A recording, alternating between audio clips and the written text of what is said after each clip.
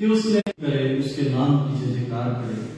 आइए हम प्रार्थना करेंगे। मेरे यीशु मसीह, हम तेरे नाम को धन्यवाद देते ये खूबसूरत दिन के लिए, ये सुंदर से रचना के लिए प्रभु परमेश्वर पिता, जो तूने पेड़ पहाड़ आकाश और सारी वस्तुओं को बनाए कि मनुष्य इसे देखे और आनंदित हो। प्रभु परमेश्वर पिता, इतना ही नहीं, लेकिन तूने मनुष्य को अपने स्वरूप में बनाया, अपने समानता में बनाया कि वो तेरे रूप में तेरी महिमा और तेरी स्तुति करे। आज रविवार का दिन परमेश्वर पिता, हम तेरे हाथ में ये रविवार को सौंपते हैं।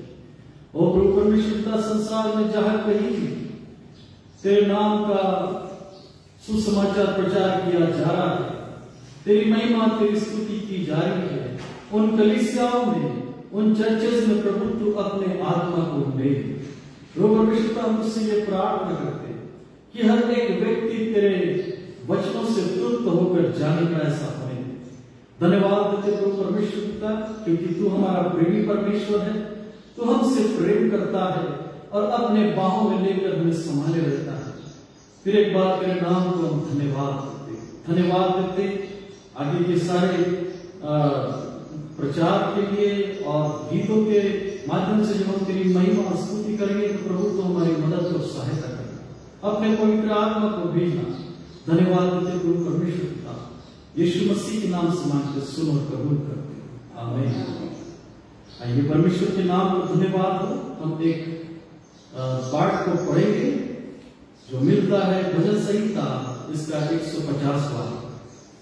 यहां ऐसा लिखा है, यहाँ की स्तुति करो, परमेश्वर के पवित्र स्थान में उसकी स्तुति करो, उसकी सामर्थ से भरे हुए आकाश मंडल में उसकी स्तुति करो, उसके पराक्रम के कामों के कारण उसकी स्तुति करो, उसकी अत्यंत बड़ाई के अनुसार उसकी स्तुति करो, नरसिंगा फूंकते हुए उसकी स्तुति करो, सारंगी और वीणा बजाते हुए उसकी स्तुति करो, डफ बाजे और नाचते हुए उसकी स्तुति करो, तार वाले बाजे और बांसुरी बजाते हुए उसकी स्तुति करो, ऊंचे शब्द वाली झांझ बजाते हुए उसकी स्तुति करो, आनंद के मां शब्द वाली झांझ बजाते हुए उसकी स्तुति करो। जितने प्राणी हैं सब के सब यहाँ की स्तुति करें, यहाँ की स्तुति करो। परमेश्वर बाप इस पढ़े जाने पर आशीष दे। आइए इस समय हम परमेश्वर की महिमा करने जा रहे हैं, परमेश्वर की आराधना करने जा रहे हैं, उसके नाम को ऊंचा उठाने जा रहे हैं। और आइए हम गीतों को गाते हुए परमेश्वर की महिमा करें और उसके नाम की जय जयकार करें।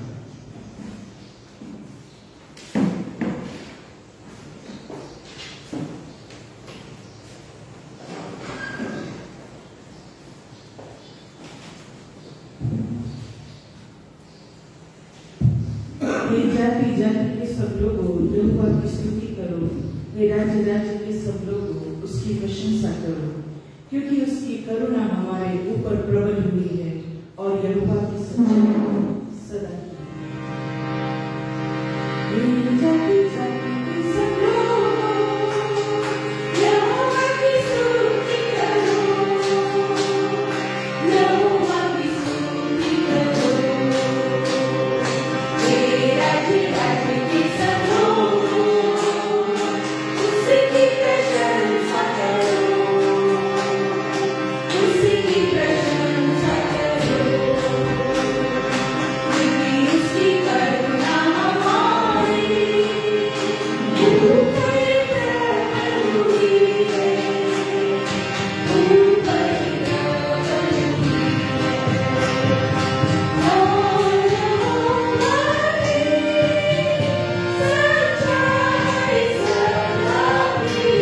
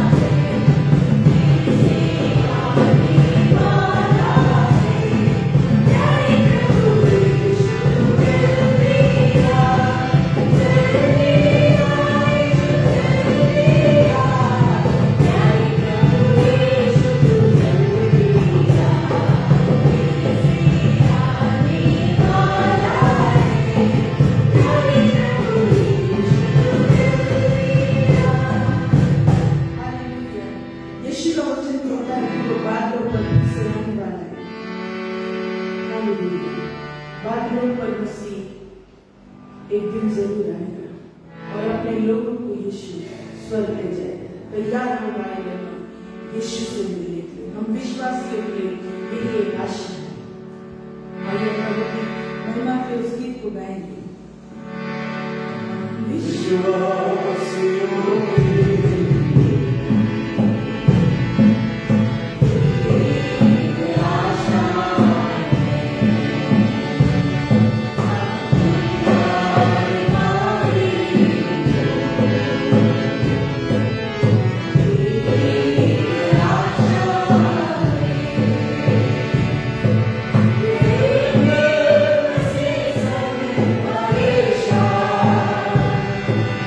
हमेशा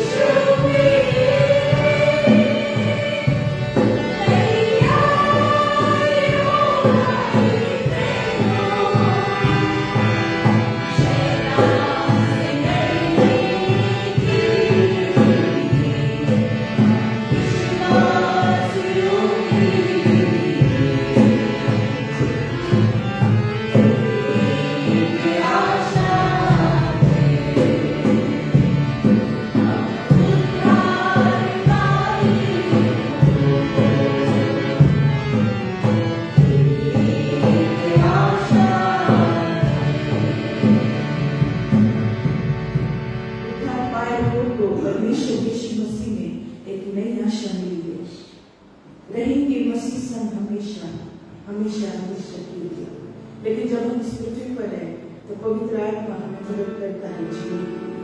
पवित्र आत्मा मदद करता है हर एक डिसीजन लेने के, हर एक निर्णय को लेने के जो शायद उसके बिना हम गलती की तरफ भागते जाए।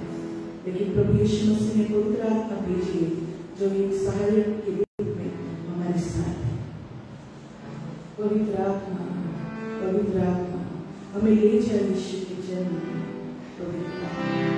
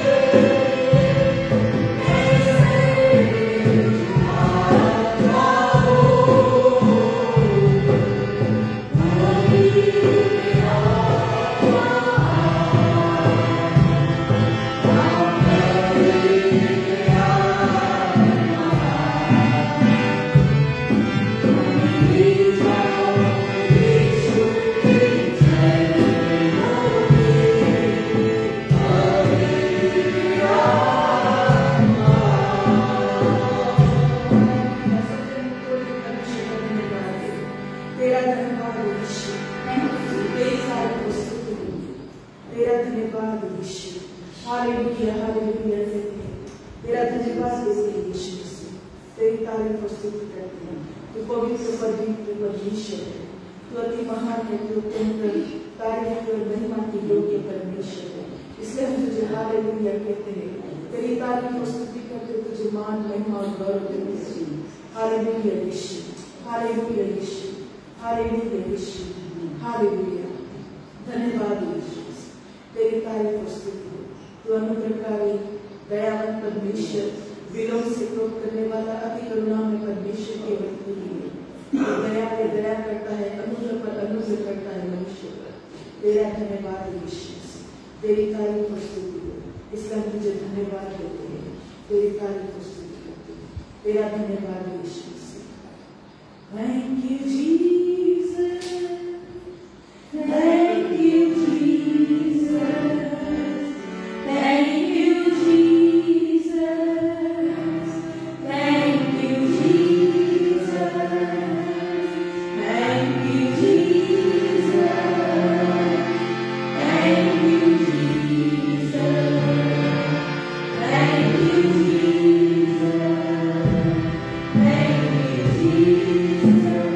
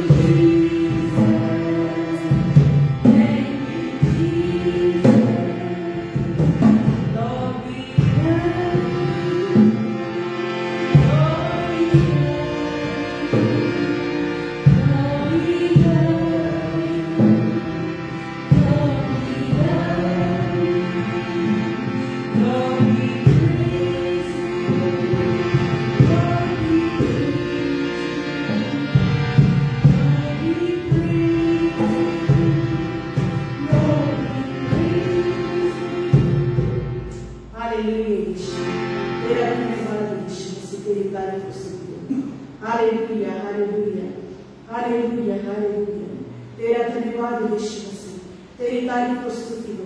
धन्यवाद धन्यवाद धन्यवाद धन्यवाद देते यीशु मसीह की तारीफ और स्तुति के योग्य परमेश्वर है। तू महिमा और स्तुति के योग्य परमेश्वर है। तू अनुग्रहकारी और दया से भरपूर परमेश्वर है। तू परमेश्वर की महान है। तू करुणा और दया से भरपूर परमेश्वर है। तेरा धन्यवाद यीशु मसीह, तेरा धन्यवाद परमेश्वर। मैं धन्यवाद करता रहूंगा, यीशु धन्यवाद करता रहूंगा। हालेलुया यीशु, हालेलुया यीशु। मैं धन्यवाद करता रहूंगा, यीशु धन्यवाद करता रहूंगा।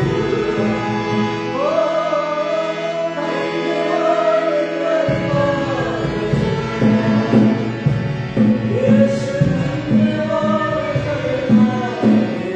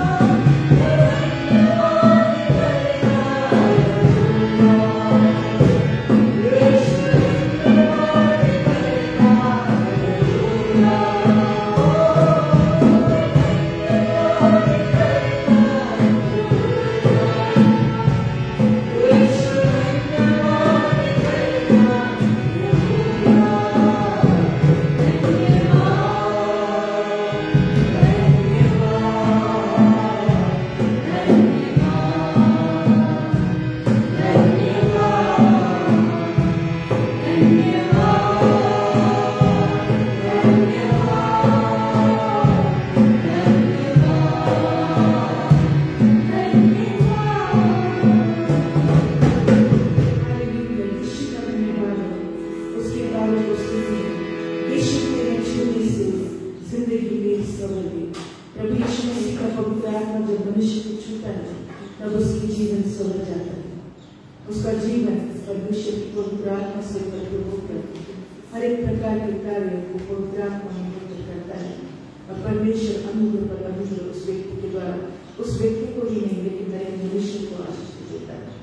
इससे परमेश्वर का धन्यवाद, उसके कार्य को सुनिए। हालेलुया परमेश्वर, तेरा धन्यवाद करते तेरे कार्य को सुनिए।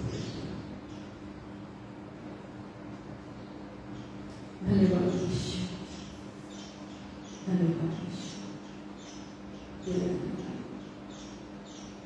मैं इस समय पासवान को बुलाऊंगी और वो प्रार्थना में हमारे लिए करेंगे।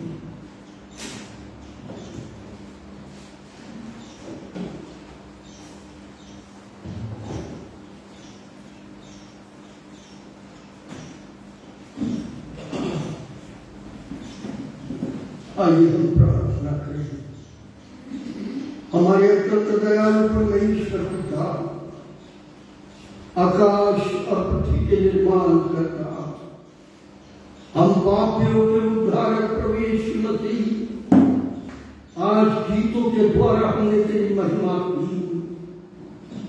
हमारी प्रार्थना है हमारे गीतों को तू स्वीकार। जो जय घोष हम कर रहे थे, तेरी पवित्र आत्मा हमारे संग थी से धन्यवाद देते हैं। हमारी प्रार्थना है दयालु प्रभु यीशु मसीह, आज तो हमारे संग हो। जिस प्रकार तो हमारे संग है आज, उसी प्रकार भारत देश के अंदर जितनी कलीसिया है, जितने पासवान है, सबको तो प्रभु आशीष दे, पवित्र आत्मा से भर और इन अंतिम दिनों में इस्तेमाल कर। हम देख रहे प्रभु कलीसिया परेशान है, कलीसिया के लोग दुख बना रहे हैं, परंतु हम जानते प्रभु तेरे वचन के अनुसार जो भविष्य किया हुआ है कि अंत के दिनों में लोग तुम्हें सताएंगे, मेरे नाम के कारण लोग तुमको दुख देंगे और वो सारी पीड़ाएं शुरू हो चुकी है। ऐसे समय में सारी कलीसिया के लोगों को स्थिर आत्मा दे, पवित्र आत्मा से भर, सबकी रक्षा कर, क्योंकि अंतिम दिन है और शैतान का जोर है। और इसलिए दयालु प्रभु यीशु मसीह हमारी सारी भारत देश की कलीसियाओं की सुरक्षा करना, उसके साथ हो। आज हमारे मध्य में आप पवित्र आत्मा की सामर्थ्य हमारे बीच में अपने वचनों का प्रकाश डाल। वक्ता माधुरी मूर्ति डेविड हमारे मध्य में तेरा वचन लेकर आई है, उसे पवित्र आत्मा से भर और हमारे मध्य में आज इस्तेमाल कर। जो लोग सुनेंगे उनके जीवन को बदल डाल और तो उनसे बातें कर, यीशु प्रभु के नाम से आमीन।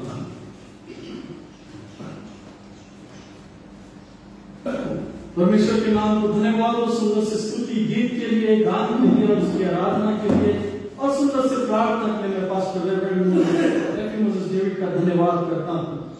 ऐसा लिखा है, आदि में वचन था, वचन परमेश्वर के साथ था और वचन स्वयं परमेश्वर था। आज इस संसार की ओर देखते हुए आप और मैं इस बात को जानते हैं कि आज हमें जो चीज की आवश्यकता है मसीह भाई बहनों को, वो चीज है प्रभु यीशु मसीह। वो प्रभु यीशु मसीह की सामर्थ आपको और मुझको चाहिए। और इसलिए जो वचन आज आपके और मेरे पास आता है वो कुछ ऐसा ही कहता है। हमारे बीच में सिस्टर माधुरी डेविड है, वो आएंगी और अपने वचनों को देंगी।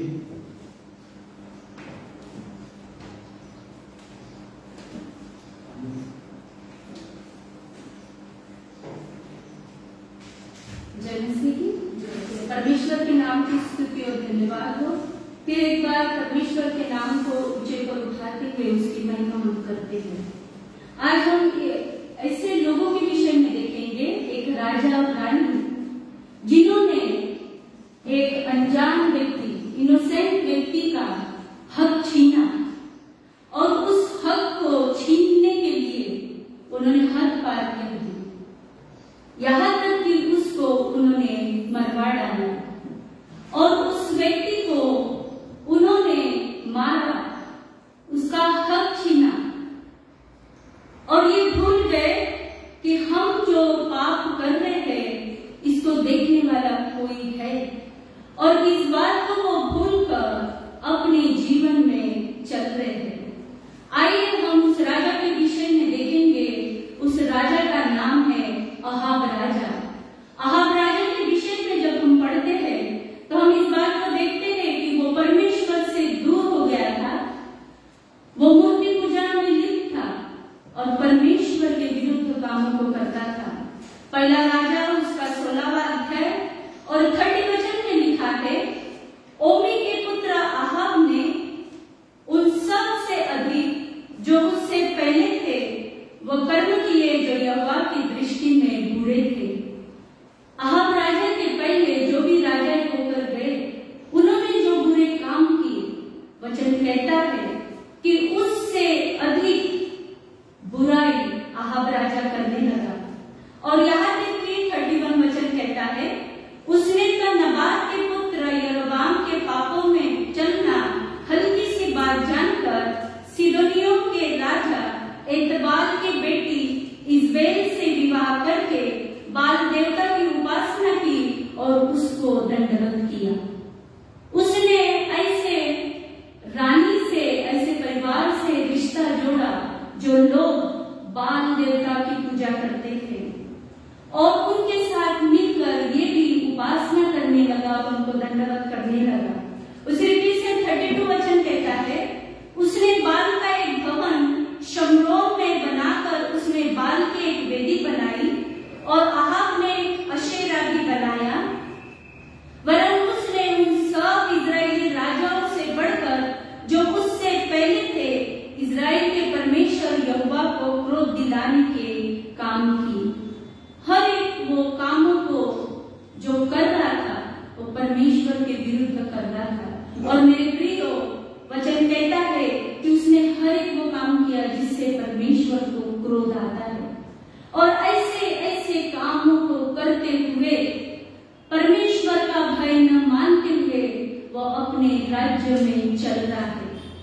एक दिन ऐसा हुआ, वो अपने राज दरबार में था और राज दरबार से उसको एक सुंदर दाग की बारी दिखाई देती थी और वो दाग की बारी को वो अपने भवन से रोज देखता था। और वो नाबोत की दाग की बारी थी।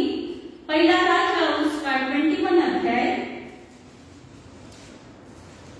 और पहले वचन से जब हम यहाँ पढ़ते हैं तो यहाँ पर उसका वर्णन किया है। वो दाग की बारी नाबोत के पुरखाओं ने नाबोत को दी हुई थी और नाबोत बड़े सुंदर रीति से वो दाग की बारी को संभाल रहा था। सुंदर पूरे दाग की बारी में अंगूर से लदे हुए सुंदर वहां पर उसने इतनी मेहनत करके उस दाग की बारी को संभाला। लेकिन अहाब राजा का ध्यान उस दाग की बारी की ओर गया और जब दाग की बारी की ओर अहाब राजा का ध्यान गया तब अहाब राजा ने उस दाग की बारी को अपना करने की इच्छा की। और ऐसा कहते हैं, जब हम पहला राजा उसका 21 अध्याय उसके आगे के वचनों को पढ़ते हैं तो दूसरे वचन में लिखा है, इन बातों के बाद अहाब ने नाबोत से कहा, तेरे दाग की बारी मेरे घर के पास है, तू उसे मुझे दे कि मैं उसमें 7 पात की बारी लगाऊं और मैं उसके बदले तुझे अच्छी एक वाटिका दूंगा। मेरे प्रियो, राजा के पास सब कुछ है, फिर भी नाबोत की दाग की बारी की ओर उसका ध्यान गया और नाबोत को उसने बुलाकर उससे कहने लगा कि मुझे ये तू दाग की बारी दे दे, उसके बदले में मैं तुझे एक वाटिका दूंगा, या नहीं तो मैं उसके बदले में तुझे अच्छा मूल्य दूंगा। लेकिन मेरे प्रियो, नाबोत के पास उनके पुरखाओं की एक ही निशानी थी, एक ही आशीष थी और वो आशीष अब अहाब राजा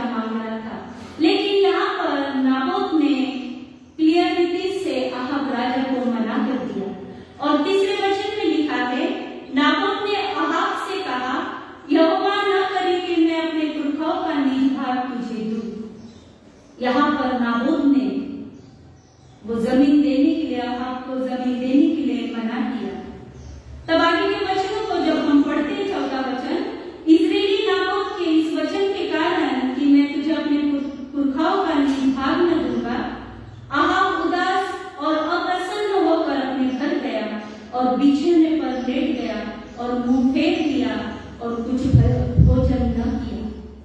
जब नाबोत ने उस जमीन को देने से मना किया, तब अहाब राजा दुखी हुआ और अपने भवन में गया। उसने खाना नहीं खाया और उसके मुंह पर उदासी छा गई और वो एक स्थान पर अकेला लेटा हुआ था। लेकिन जब इस बात का पता उसकी रानी इजबेल को पता चला, तब इजबेल उसके पास आई और वो कहती है, क्या तू इजराइलियों पर राज्य नहीं करता? क्या तू राजा नहीं है? जो दाख की बारी वो नाबोत की तुझे चाहिए, वो मैं तुझे दिलाऊंगी। मेरे प्रियो, किसी का हक मारना या किसी का हक छीनना ये परमेश्वर को पसंद नहीं है। लेकिन इजबेल रानी वो थी जो दुष्टता में काम करती थी और इजबेल रानी ने ये अब अहाब को बताया कि वो दाख की बारी मैं तुझे दिलवाऊंगी। और आगे के वचनों को, 9वें वचन से जब हम पढ़ते हैं तो यहाँ पर लिखा है कि उसने राजा के अंगूठी की छाप पत्र पर ली। उस पत्र को उसने पुराने लोगों के पास भेजा और उसने कहा कि 2 नीच लोगों को तुम इकट्ठा करो, वो नाबोत के विषय गवाही दे और नाबोत को पथराव करके मार डाला जाए। मेरे प्रियो, और वैसा ही हुआ। नाबोत को ऊंचे स्थान पर बिठाया गया और उसको कहा गया कि तूने परमेश्वर और राजा के विरुद्ध बोला है, और इसीलिए सारे लोग इकट्ठा हुए और उन्होंने नाबोत को पथराव किया। और वचन कहता है उन्होंने पत्थर मारते गए और जो अनजान व्यक्ति था, जिसका इसमें कोई भी दोष नहीं था, उसको पथराव करके मार डाला गया।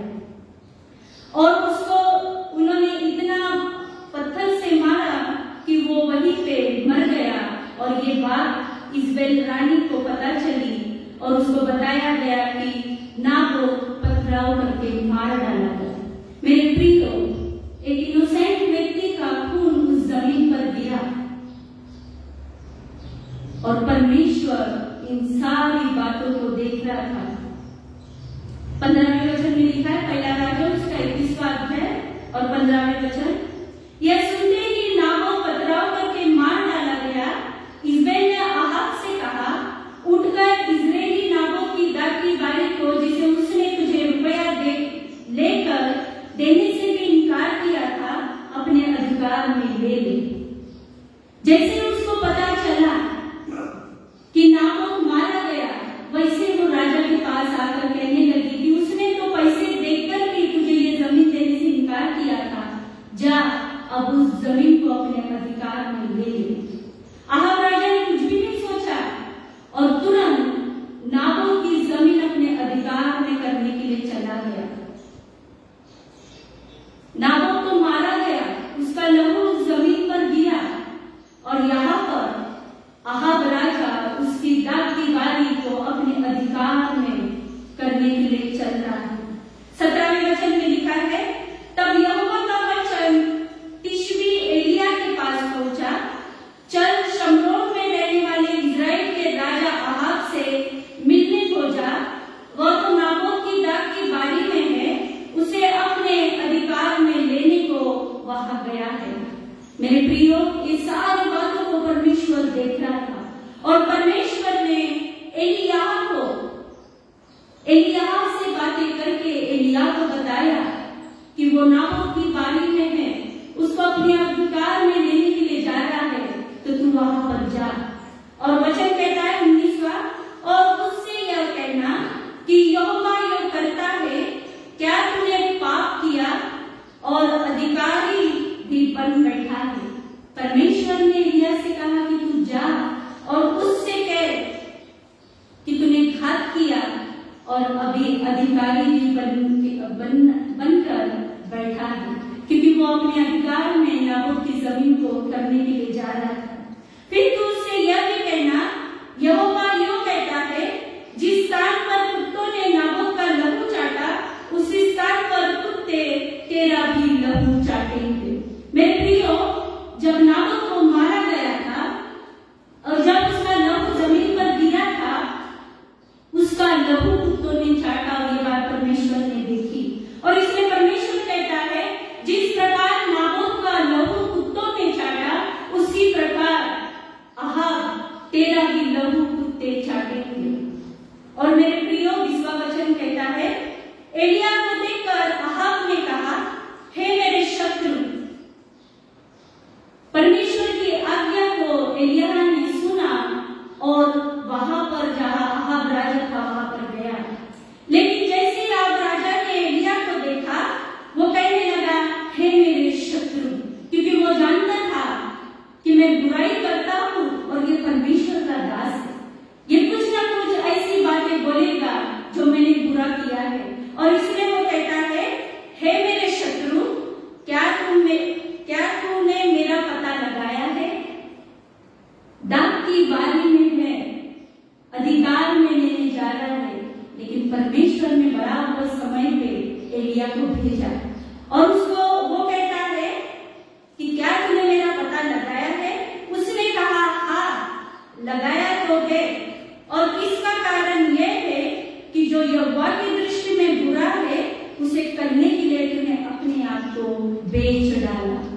परमेश्वर ने जो एलिया से बातें की, वो बातें एलिया अहाब को कह रहा है। परमेश्वर न्यायी है, अन्यायी नहीं। मेरे प्रियो, परमेश्वर ने उन सारी बातों को देखा, और इसलिए यिर्मयाह उसका 36 वचन कहता है, इसलिए यहोवा कहता है, मैं तेरा मुकदमा लड़ूंगा और तेरा बदला लूंगा। परमेश्वर कहता है, मैं तेरा मुकदमा लड़ूंगा और तेरा बदला लूंगा। नाबोत तो मर गया, लेकिन परमेश्वर उसके लिए खड़ा होकर कहता है कि मैं तेरा मुकदमा लड़ूंगा और तेरा बदला लूंगा।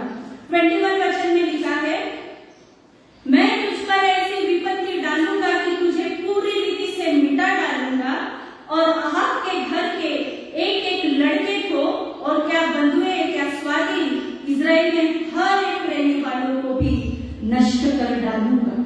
तेरे पाप के कारण तेरे घर के हर एक व्यक्ति को मैं नष्ट कर डालूंगा। और उसी रीति से 22 वचन कहता है, और मैंने तेरा घराना नबात के पुत्र यरोबाम और अहिया के पुत्र आशा का सा कर दूंगा, इसलिए कि तूने मुझे क्रोधित किया है और इजराइल से पाप करवाया है। मेरे प्रियो, परमेश्वर का जो बोले हुए शब्द है वो एलिया अहाब को बता रहा है, और उसी के साथ जो उसकी रानी थी इज़बेल, उसके लिए भी कहा गया। 23 वचन में लिखा है, और इज़बेल के विषय में यहोवा यह कहता है, हे इज़राइल के किले के पास कुत्ते इज़राइल को खा डालेंगे, इज़बेल को कुत्ते खा डालेंगे। और जो परमेश्वर ने बोला वो पूरा होता है, जो परमेश्वर ने बोला वो वचन पूरा, आगे हम देखते कि पूरा हुआ। और 24 वचन में लिखा है, अहाब का जो कोई नगर में मर जाएगा उसको कुत्ते खा लेंगे, और जो कोई मैदान में मर जाएगा उसको आकाश के पक्षी खाएंगे। परमेश्वर नाबोत की ओर से लड़ रहा है, और परमेश्वर यहाँ पर अहाब राजा से बातें करके उसको कह रहा है कि जिस रीति से तुमने नाबोत को मार डाला, उसी रीति से तुम्हें भी मारा जाएगा। 25वें वचन में लिखा है, सचमुच अहाब के तुल्य और कोई न था जिसने अपनी पत्नी इज़बेल के उकसाने पर वह काम करने को जो यहोवा की दृष्टि में बुरा है अपने आप को बेच डाला। एक राजा जिसके पास सब कुछ था, किसी बात की कमी नहीं थी, हर एक बात उसके अधिकार में थी, लेकिन फिर भी एक दाग की बारी के लिए वो अपनी पत्नी की बातों में आकर उसने अपने आप को बेच डाला। और वचन आगे का कहता है 26, वह तो उन अमोरी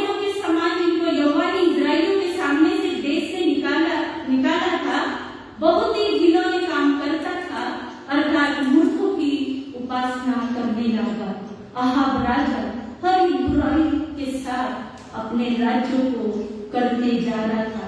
और मेरे प्रियो, जब परमेश्वर के शब्द अहाब राजा के कान में पड़े, तब अहाब राजा को समझ में आ गया कि परमेश्वर से मैं बच नहीं सकता, और इसीलिए उसने अपने वस्त्र को फाड़ा और पश्चाताप करने लगा। 27 वचन में लिखा है, पहला राजा उसका 21वां अध्याय 27 वचन में, एलिया के ये वचन सुनकर अहाब ने अपने वस्त्र फाड़े और अपनी देह पर टाट लपेट कर उपवास करने और टाट की ओढ़े पड़ा रहने लगा और दबे पांव चलने लगा।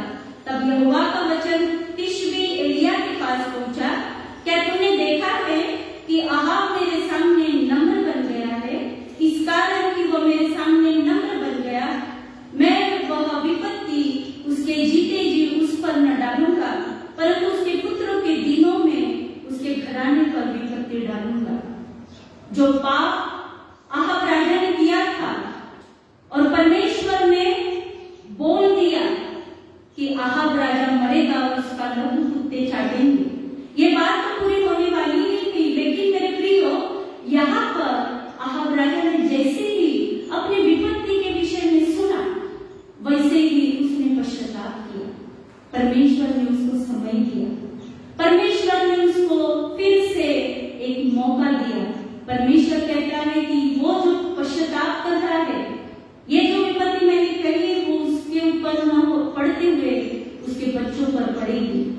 और मेरे प्रियो, उस समय अहाब राजा को परमेश्वर ने दिया। वचन आगे पढ़ते हैं हम, समय बीतते गया, 1 साल, 2 साल, 3 साल, सब कुछ अच्छा चल रहा। फिर अहाब राजा के मन में लालच आया, फिर अहाब राजा ने परमेश्वर के विरुद्ध काम करने के लिए विचार किया। और यहाँ तो 22वां अध्याय और दूसरे वचन में लिखा है, 3 वर्ष में यहूदा का राजा यहोशापात इजराइल के राजा के पास गया। तब इजराइल के राजा ने अपने कर्मचारियों से कहा, क्या तुमको मालूम है कि गिलाद का रामोत हमारा है? फिर हम क्यों चुपचाप रहते हैं और उसे अराम के राजा के हाथों से क्यों नहीं छीन लेते? यहाँ पर यहोशापात और अहाब ये दोनों की बातें चल रही है, और वो चाह रहे कि जो रामोत है वो हम हमारे कब्जे में कर लें। और आगे का वचन कहता है, 4वां वचन, और उसने यहोशापात से पूछा, क्या तू मेरे संग गिलाद के रामोत से लड़ने के लिए जाएगा? यहाँ पर अहाब राजा और यहोशापात की बातें चल रही है, और अहाब कहता है कि तू मेरे साथ लड़ने के लिए चलेगा।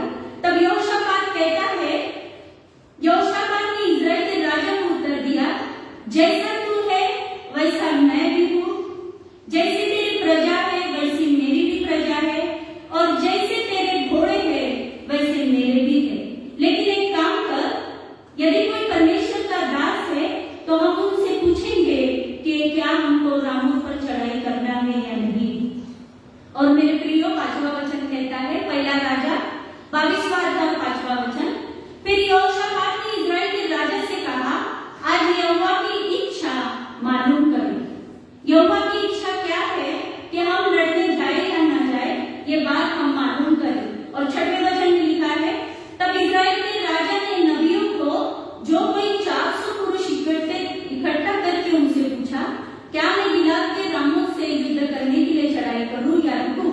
उन्होंने उत्तर दिया, चढ़ाई कर।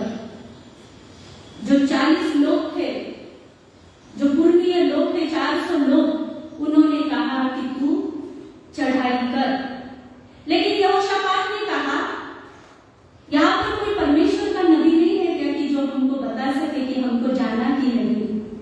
तब अहाब कहता है, एक तो है मिकाया, लेकिन वो हमेशा मेरे कल्याण की नहीं लेकिन हानि की ही बातें करता है।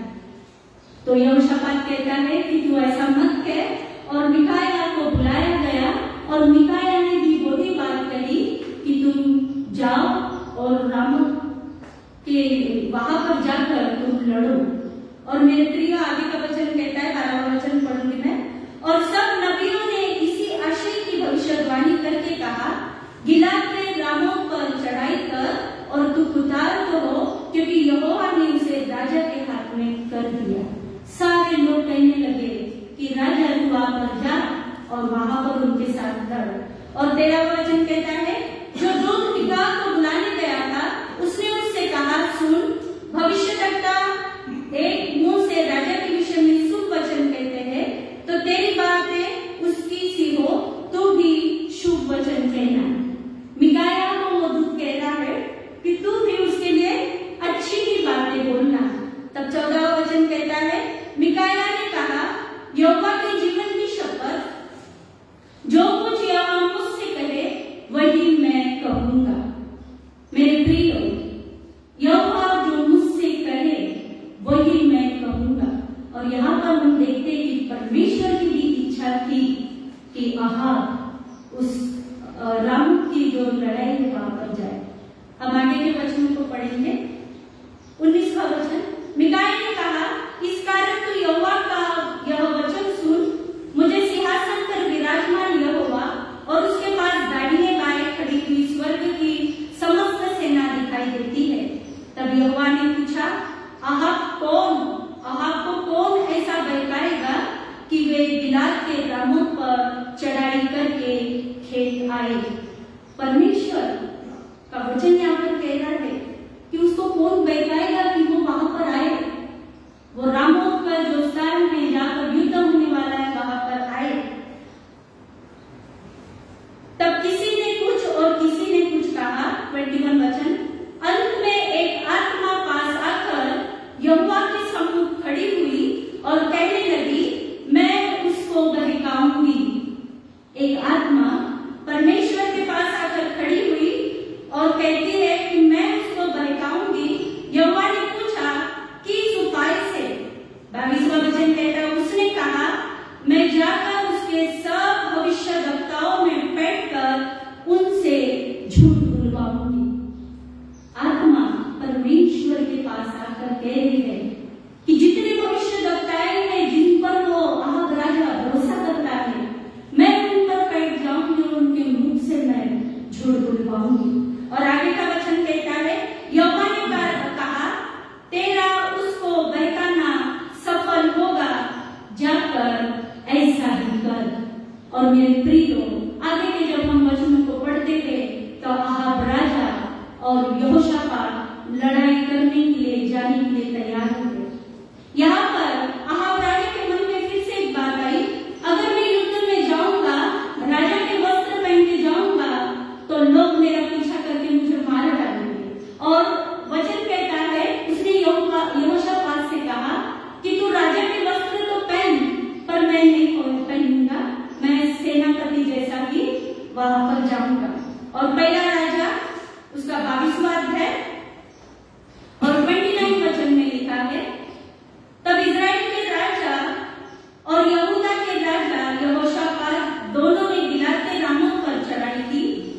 और इजराइल के राजा ने यहोशापात से कहा, मैं तो भेष बदल कर युद्ध क्षेत्र में जाऊंगा, परंतु तू अपने ही वस्त्र पहने रहना। तब इजराइल का राजा भेष बदल कर युद्ध क्षेत्र में गया। और ऐसा कहते हैं, युद्ध शुरू हुआ, युद्ध बढ़ता गया, लेकिन राजा ने एक बात अपने लोगों से कही थी, रामों के राजा ने, ना सेनापति ना कोई किसी का पीछा नहीं करना, सीधा राजा को पकड़ना और उसी को मारना। और मेरे प्रियो, ऐसा कहते हैं कि जब उन्होंने देखा कि राजा के वस्त्र पहने हुए एक व्यक्ति को, तब वो उसका पीछा करने लगे। और वो था यहोशापात। और यहोशापात ने देखा कि सारी सेना मेरे पीछे पड़ी है और मुझे मारने वाली है। तब यहोशापात चिल्ला उठा और परमेश्वर की उसने दुहाई दी और परमेश्वर ने उसको बचाया। जब लोगों ने देखा कि ये तो राजा नहीं है, तब यहोशापात को लोग वहां छोड़कर चले गए। और ऐसा कहते हैं, युद्ध चल रहा था, तीरें चल रही थी, एक दूसरे के और लड़ाई के लिए एक दूसरे को मारा जा रहा था, और अचानक से एक तीर निकला और वो आहाब राजा को जाकर लगा।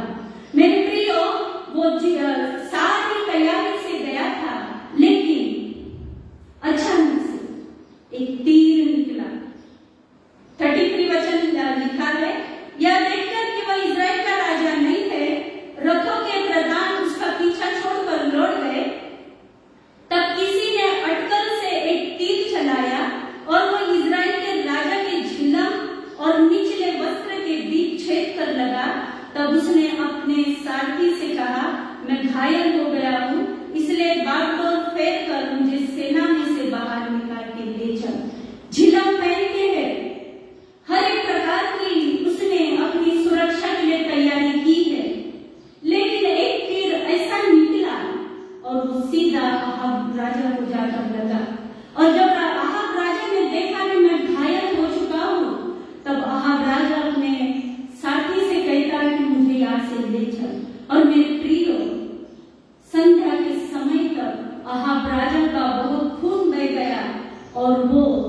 मर गया है। आगे के वचनों में लिखा है 35 वचन में, और उस दिन युद्ध बढ़ता गया और राजा अपने रथ में औरों के सहारे अरामियों के सम्मुख खड़ा रहा और सांझ को मर गया और उसका घाव का लहू बहकर रथ के पायदान में भर गया। जो रथ में राजा बैठा था, वो जो पायदान रथ का था, वो पूरा लहू से भर गया और शाम होते होते अहाब राजा मर गया। और वचन कहता है 37 वचन, जब राजा मर गया तब शमरोन को पहुंचाया गया और शमरोन में उससे मिट्टी दी गई। और यहोवा के वचन के अनुसार जब उसका रथ शमरोन के पोखरे में धोया गया तब कुत्तों ने उसका लहू चाट लिया। वचन कहता है जो रथ में राजा का खून गिरा था, उस रथ को शमरोन में धोया गया और वहां पर कुत्तों ने अहाब राजा के लहू को चाटा। परमेश्वर का वचन यहाँ पर पूरा हुआ। परमेश्वर ने जब अहाब राजा ने पश्चाताप किया तब परमेश्वर ने अहाब राजा को समय दिया कि वो बदले, लेकिन मेरे प्रियो वो पाप करते जा रहा था, परमेश्वर के विरुद्ध कामों को करते जा रहा था और इसका ये बदला परमेश्वर ने दिया। जो बात परमेश्वर ने कही थी वो पूरी हुई। अहाब राजा तो मर गया, लेकिन इज़राइल रानी के विषय में जो बात परमेश्वर ने कही थी वो भी पूरी होने वाली थी। और आइए हम पढ़ेंगे पहला राजा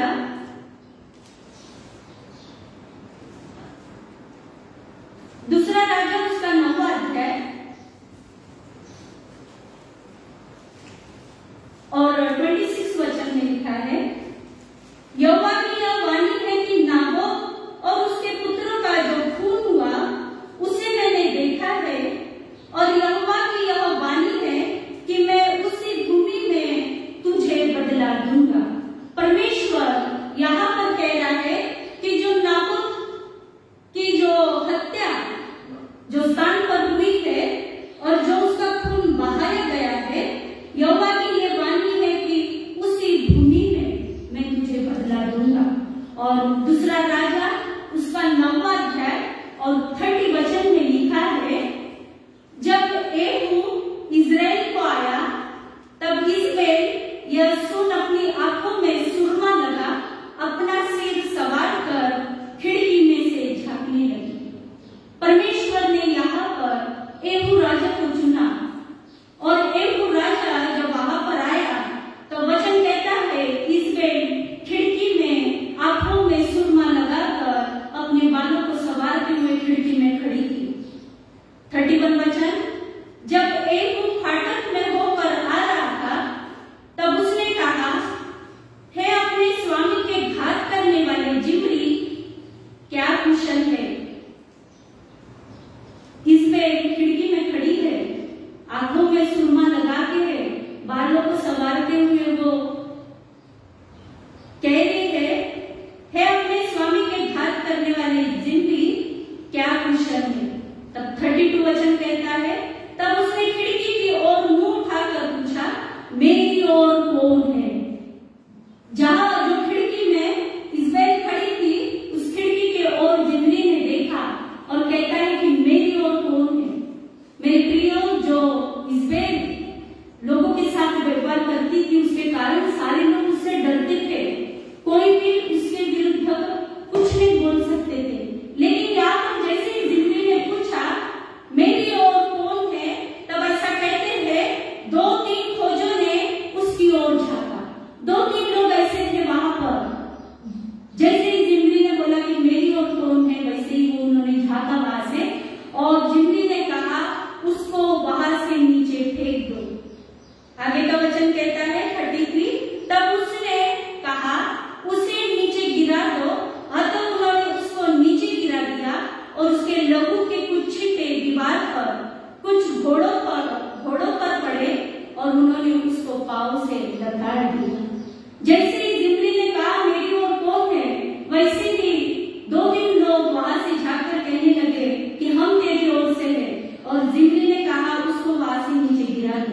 मेरे प्रिय जिस खिड़की में इज़बेल खड़ी थी वहां से उसको नीचे गिरा दिया गया और वहां पर पूरा खून दीवारों पर और सब तरफ उड़ा। और ऐसा कहते हैं उसके बाद जिम्मी अंदर गया, खाना खाने के लिए बैठा और वो अपने लोगों को कहने लगा 34 वचन में, तब वो भीतर जाकर खाने पीने लगा और कहा, जाओ उस श्रापित स्त्री को देख लो और उसे मिट्टी दो, वो तो राजा की बेटी है। जिम्री ने उसको जब वो ऊपर से गिराई गई तब वो मर गई और जिम्मी अंदर जाकर खाने और पीने के लिए बैठ गया। और तब उसने लोगों से कहा कि जाओ वो राजा की बेटी है, उसको मिट्टी दो। लेकिन जैसे ही वो लोग बाहर आए और उन्होंने क्या देखा कि सारे कुत्ते इज़बेल जो पड़ी थी उसको खा रहे थे। और ऐसा कहते हैं सिर्फ सर, उसका शरीर का ढांचा और सिर्फ हाथ की हथेलियां बची थी, बाकी सब कुछ कुत्तों ने खा डाला था। और ऐसा कहते हैं 36 वचन में, और तो उन्होंने लौट कर उससे कह दिया, तब उसने कहा यह यहोवा का वचन है जो उसने अपने दास तिशबी एलिया से कहलवाया था कि इज़बेल का मांस इज़राइल की भूमि में कुत्ते खाएंगे। ये बात परमेश्वर ने कही थी एलिया के द्वारा और वैसा ही हुआ। कुत्तों ने इज़बेल का पूरा मांस खा डाला। 37 वचन कहता है, और इज़बेल का शव इज़राइल की भूमि पर खाद के समान पड़ा रहेगा, यहाँ तक कि कोई न कहेगा कि ये इज़बेल है। और मेरे प्रियो, इज़बेल की दुष्टता के कारण, इज़बेल की उस दुष्टता के कारण परमेश्वर ने जो शब्द बोले थे वो पूरे हुए और इज़बेल खाद की तरह वहां पर पड़ी रही और उसको कुत्तों ने पूरी रीति से खा डाला। परमेश्वर न्यायी है मेरे प्रियो। हम लोगों का अन्याय करते हैं, लोगों के हक को हम छीनते हैं और बोलते हैं कि हम तो अच्छे हैं, बढ़ते जा रहे हैं। लेकिन मेरे प्रियो, परमेश्वर न्याय करता है। परमेश्वर थोड़ा समय लगता है क्योंकि परमेश्वर समय देता है कि लोग फिरे, लेकिन न्याय तो होता ही है। और इसलिए आज हम ये ना सोचे कि हम गलतियां करेंगे, बुराई करेंगे और बढ़ते रहेंगे। ये बात तो हमको याद रखना है कि परमेश्वर न्यायी परमेश्वर है। वो किसी का भी पक्षपात नहीं करता, किसी के भी साथ अन्याय नहीं होने देता। यहाँ पर नाबोत की जो पुरखों की जमीन थी उसके लिए उसको मार डाला गया, उसका लहू बहाया गया। उसकी तो पुरखाओं की उसके पास एक जमीन थी, एक उसके पुरखाओं की आशीष थी, लेकिन उस आशीष को छीनने के लिए लोगों ने उसके विरुद्ध षड्यंत्र किया। मेरे प्रियो, संसार में रहते समय बहुत से ऐसे लोग हैं जो दूसरों की चीजों को छीनने की इच्छा रखते हैं, लेकिन आज वचन के द्वारा परमेश्वर उनके जीवन से बातचीत करे, वो नम्र हो और परमेश्वर का भय मानते हुए अपने जीवन में चले। परमेश्वर का इन वचनों के द्वारा आपका आशीष हो।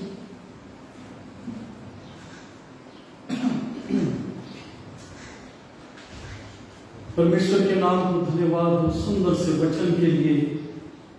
नाबोत जो निर्दोष था, नाबोत जिसकी जमीन पर दाग की बारी लगी थी, और वो नाबोत किसी भी तरीके से उस राजा को वो जगह देना नहीं चाहता था।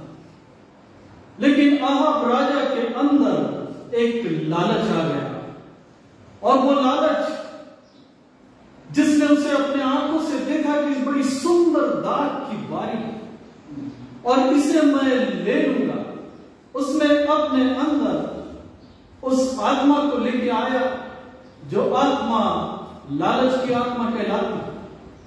और इसलिए मेरे प्रियो, उसने नाबोत को मार डाला।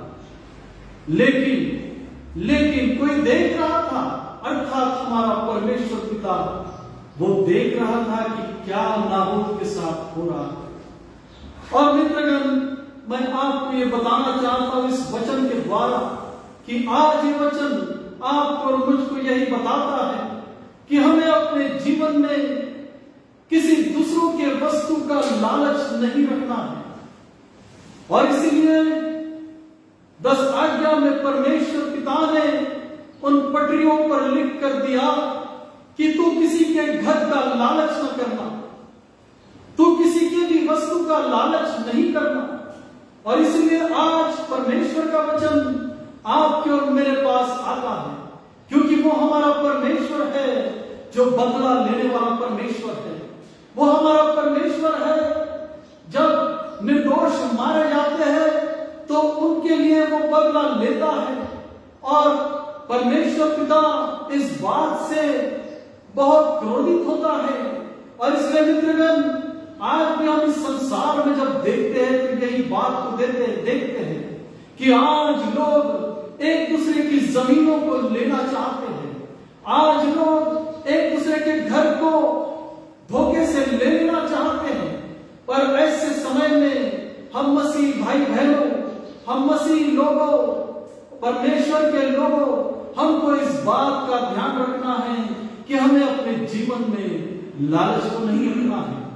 हमें अपने जीवन में उस धोखे को नहीं रखना है जिससे कि हमारा जीवन खत्म हो जाए।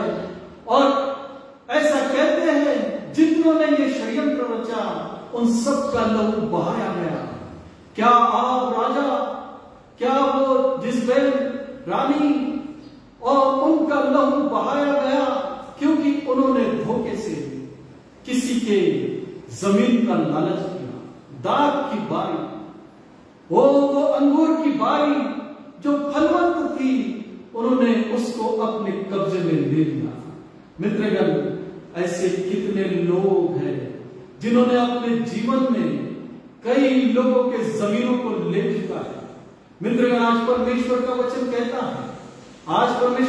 कहता है कि हम अपना पश्चाताप करें, क्योंकि यह पाप है। क्योंकि एलिया ने जब बोला कि तूने पाप किया है, तो मित्रगण, ये पाप जिसकी मजदूरी मृत्यु है, पाप की मजदूरी मृत्यु होने के कारण आहाब राजा मारा गया। मित्रगण, हो सकता है आप अपने जीवन में सोचते होंगे कि मुझे कौन पकड़ेगा, मुझे कौन मारेगा, मुझे कौन क्या करेगा, मैं अपनी सुरक्षा में हूं। लेकिन मित्रगण, एक अनजान तीर आपके जीवन की तरफ बढ़ता चला आएगा, और वो अनजान तीर जो हवा में मारा गया था, वो अनजान तीर आपको आके चुभ जाएगा। मित्रगण, क्योंकि पाप की मजदूरी मृत्यु है। इसलिए आज आपको मुझको सचेत और सावधान रहना है कि हमें किसी के वस्तु का लालच नहीं करना।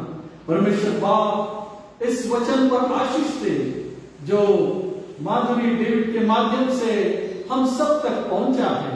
परमेश्वर के पवित्र आत्मा के द्वारा जो वचन आपके पास आया है, उसे हम और आप कबूल करें और अपने जीवन में अपने रास्तों को ठीक करके चले जाए। परमेश्वर बाप इस वचन पर आशीष दे। आइए हम अपने स्थानों पर खड़े होंगे और हम प्रार्थना करेंगे। हे अत्यंत दयालु परमेश्वर पिता, आकाश और पृथ्वी के निर्माण करता, हमारा जीवता परमेश्वर पिता, तू हम लोगों से प्रेम करता है। इसलिए वचनों में, इसलिए अपने बाइबल में तूने ऐसे ऐसे राजाओं की कहानियां रखी है जिसके माध्यम से प्रभु परमेश्वर पिता तू हमें सिखाता है कि तू किसी के वस्तु का लालच नहीं करना। और इसलिए परमेश्वर पिता, हम तुझसे यही प्रार्थना करते हैं कि हमारे जीवन में तू अपने पवित्र आत्मा को उंडे, तेरे आत्मा से प्रभु हम भरे रहे, ताकि प्रभु हम इस संसार में चलते हुए किसी भी वस्तु का लालच न करें। धन्यवाद देते खुदावंद बाप तेरे पवित्र कलाम के लिए, तेरे पवित्र वचन के लिए जिसके द्वारा तू हमें आज सिखाता है। धन्यवाद देते खुदावंद बाप सारे उत्तम आशीषों के जो तूने हमें दिया है। आज फेसबुक के माध्यम से जो लोग सुनने जाएंगे, प्रभु परमेश्वर पिता उनके संग तू होना, उन्हें तू आशीषित करना। उनके प्रभु परमेश्वर पिता हम तुझको धन्यवाद देते, प्रार्थना करते उसी प्रकार से तेरे सारे उपकारों के जो तूने हम पर किए हैं। धन्यवाद के साथ प्रार्थना विनती मांगते, सुन और कबूल करते हैं। आमीन। आइए हम प्रभु ने सिखाई हुई प्रार्थना को बोले। हमारे पिता तू जो स्वर्ग में है, तेरा नाम पवित्र माना जाए, तेरा राज्य आए, तेरी इच्छा जैसे स्वर्ग में पूरी होती है वैसे हमारे जीवन की रोटी को आज हमें दे, और जिस प्रकार हमने अपने अपराधियों को क्षमा किया उसी प्रकार तू हमारे अपराधों को क्षमा कर, और हमें परीक्षा में न ला परंतु बुराई से बचा, क्योंकि राज्य, पराक्रम और महिमा सदा तेरी है। आमीन। हमारे बीच में पास्टर रेवरेंड कैफी डेविड है, वे हमारे मध्य में आके आशीष दें। और खुदावंद बाप का प्रेम, हमारे प्रभु यीशु मसीह का अनुग्रह और पवित्र आत्मा की सहभागिता हम में से हर एक के साथ अब से लेकर आगे तक बनी रहेगी। आमीन।